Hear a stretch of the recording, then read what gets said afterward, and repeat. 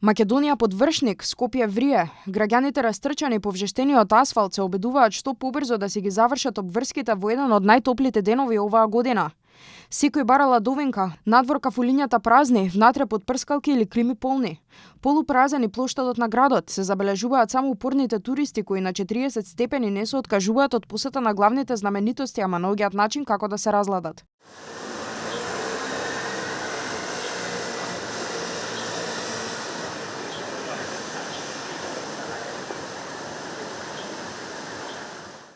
Со шишиња вода и сладолед во рацете, под сенки и со чадори над глава, секој наоѓа начин како да се заштити. Скопјани велат препораките на здравствените власти ги почитуваат, но за основни потреби мора да излезат. На туристите пак не им пречи македонското сонце. Во ова горештина избегаваме. Наутро стануваме порано да пазариме и тие работи, после се повлекуваме дома. Под клима, под тие работи, така. Заштита, капа, ред други работи што треба, така да пијалоци, вода поладна и така да одржаваме. Се криеме. Се криете? Да. Еве во моментите кога морате да излезете, што правите за да се разладите? Водичка.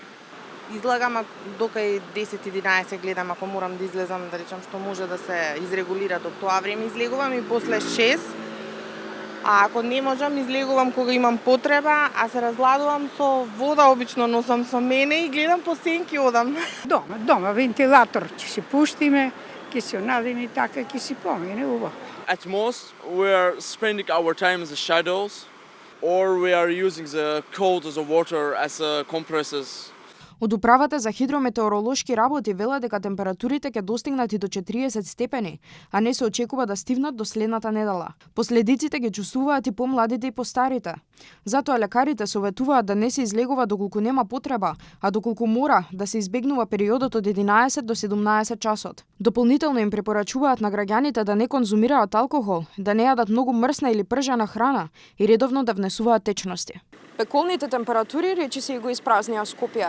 Надвор можеа да се забележат само автомобили и оние кои мораат да бидат на улица, а останатите спасот од жештината го бараат дома под своите клими.